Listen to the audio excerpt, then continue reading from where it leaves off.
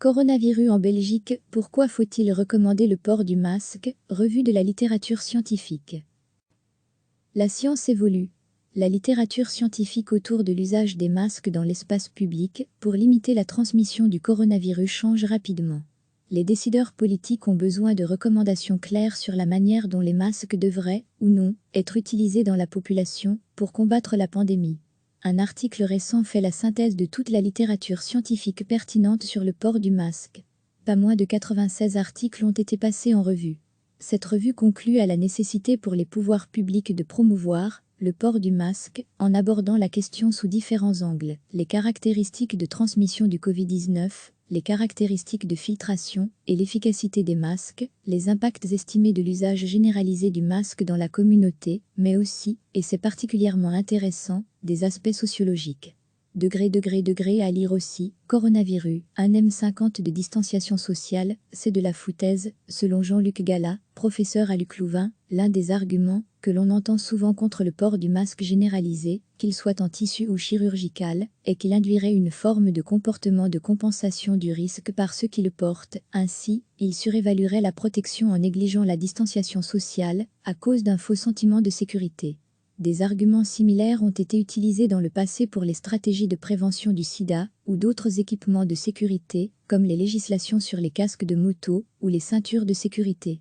Cependant, la recherche sur ces sujets indique qu'il n'en est rien, même si le risque de compensation se produit chez certains individus, cet effet est dérisoire par rapport à la sécurité accrue au niveau de la population. Les théories de compensation du risque ont été testées pour différentes innovations en matière de sécurité. Mais elles ne sont pas fondées à l'échelle d'une population. Au contraire, même, rapporte cette revue de la littérature scientifique, un outil préventif, accompagné de messages combinant différentes mesures préventives, a des effets bénéfiques au niveau du groupe. Bon nombre d'autorités sanitaires, comme en Belgique, ne recommandent pour l'instant le port du masque que pour les personnes malades. Cette recommandation comporte un risque de stigmatisation, notamment parmi les couches de la population victime de racisme et de discrimination, comme le rapporte une étude sur les populations noires aux USA. Par ailleurs, il n'est pas possible, étant donné le manque de tests, d'être sûr que l'on n'est pas infecté.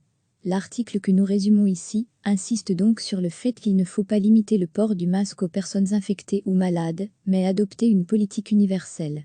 Réserver les masques aux patients symptomatiques revient à en faire des symboles de la maladie et à générer une stigmatisation publique qui en décourage l'usage, comme cela a été décrit pour des patients atteints de tuberculose. Un autre argument des auteurs est sociologique. Recommander le port du masque pour tous serait un signal visible et un rappel permanent de la pandémie, et étant donné l'importance des rituels et de la solidarité dans les sociétés humaines, il est possible qu'un signal visible puisse augmenter l'adhésion aux autres mesures de santé publique, comme le lavage des mains et le respect de la distanciation sociale. Degré à lire aussi, un autre argument utilisé pour rejeter la généralisation du port du masque en tissu serait que ceux qui le portent feraient pire que mieux et que mal utilisés, ils augmenteraient le risque dans la population. Selon cette revue de la littérature, c'est faux, aucune augmentation du risque d'infection n'a été démontrée avec le port de masque en tissu, comparativement à l'absence de masque. Des études l'ont démontré à propos d'autres maladies que le Covid-19, comme la tuberculose ou l'influenza. À Hong Kong, la transmission du virus influenza dans la communauté a diminué de 44% après l'implantation de changements dans les comportements, incluant distanciation sociale et port du masque, durant la crise Covid-19. Les épidémiologistes évaluent la reproduction du virus en calculant le facteur qu'ils appellent le ρ, qui mesure le nombre de cas infectés au départ d'un seul cas dans une population. Ce ρ détermine le taux de croissance. Le but de toute politique de santé publique est de réduire l'euro sous la valeur de 1.0. Degré à lire aussi, toutes les infos sur le coronavirus. D'après la littérature scientifique existante, passée en revue dans cet article, l'efficacité des masques faciaux aurait un impact positif sur cette valeur. Une étude du groupe de modélisation Covid-19 de l'Université de Hong Kong montre qu'avec le port du masque, on atteint un facteur ρ de 1,35, et 100, un facteur de 2,4. Concrètement, cela veut dire que 100 cas au début d'un mois deviennent 31 280 à la fin du mois, sans masque, contre seulement 584, avec. En conclusion, les auteurs multidisciplinaires de cette vaste revue de la littérature estiment qu'il y a suffisamment d'éléments probants en faveur de l'usage généralisé du masque facial pour réduire la transmission dans la communauté, qu'il s'agisse d'un masque en tissu ou non. Combiné avec les mesures classiques de santé publique, l'usage de masques non médicaux réduit le facteur de reproduction du virus, et cela, à un coût très faible pour la communauté.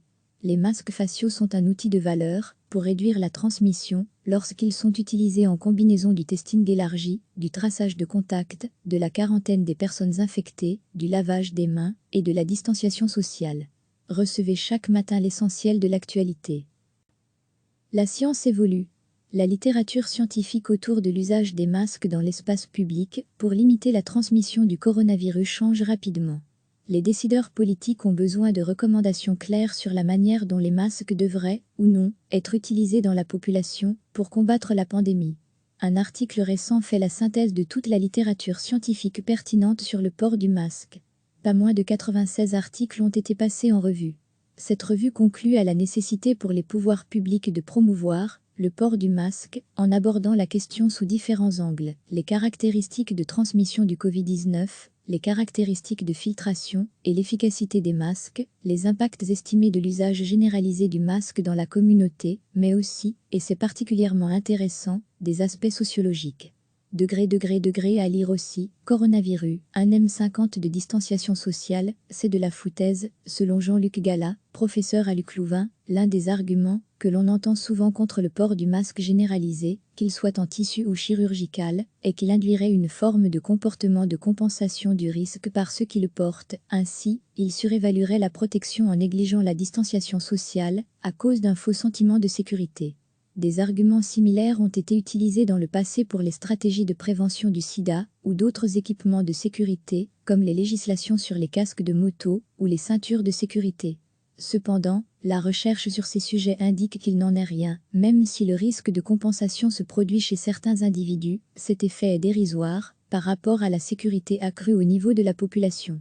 Les théories de compensation du risque ont été testées pour différentes innovations en matière de sécurité. Mais elles ne sont pas fondées à l'échelle d'une population. Au contraire, même, rapporte cette revue de la littérature scientifique, un outil préventif, accompagné de messages combinant différentes mesures préventives, a des effets bénéfiques au niveau du groupe. Bon nombre d'autorités sanitaires, comme en Belgique, ne recommandent pour l'instant le port du masque que pour les personnes malades. Cette recommandation comporte un risque de stigmatisation, notamment parmi les couches de la population victime de racisme et de discrimination, comme le rapporte une étude sur les populations noires aux USA. Par ailleurs, il n'est pas possible, étant donné le manque de tests, d'être sûr que l'on n'est pas infecté. L'article que nous résumons ici insiste donc sur le fait qu'il ne faut pas limiter le port du masque aux personnes infectées ou malades, mais adopter une politique universelle. Réserver les masques aux patients symptomatiques revient à en faire des symboles de la maladie et à générer une stigmatisation publique qui en décourage l'usage, comme cela a été décrit pour des patients atteints de tuberculose. Un autre argument des auteurs est sociologique. Recommander le port du masque pour tous serait un signal visible et un rappel permanent de la pandémie, et étant donné l'importance des rituels et de la solidarité dans les sociétés humaines, il est possible qu'un signal visible puisse augmenter l'adhésion aux autres mesures de santé publique, comme le lavage des mains et le respect de la distanciation sociale. Degré à lire aussi, un autre argument utilisé pour rejeter la généralisation du port du masque en tissu serait que ceux qui le portent feraient pire, que mieux et que mal utilisés, ils augmenteraient le risque dans la population. Selon cette revue de la littérature, c'est faux, aucune augmentation du risque d'infection n'a été démontrée avec le port de masque en tissu, comparativement à l'absence de masque. Des études l'ont démontré à propos d'autres maladies que le Covid-19, comme la tuberculose ou l'influenza. À Hong Kong, la transmission du virus influenza dans la communauté a diminué de 44% après l'implantation de changements dans les comportements, incluant distanciation sociale et port du masque, durant la crise Covid-19. Les épidémiologistes évaluent la reproduction du virus en calculant le facteur qu'ils appellent le ρ, qui mesure le nombre de cas infectés au départ d'un seul cas dans une population. Ce ρ détermine le taux de croissance. Le but de toute politique de santé publique est de réduire le ρ sous la valeur de 1.0. Degré à lire aussi toutes les infos sur le coronavirus.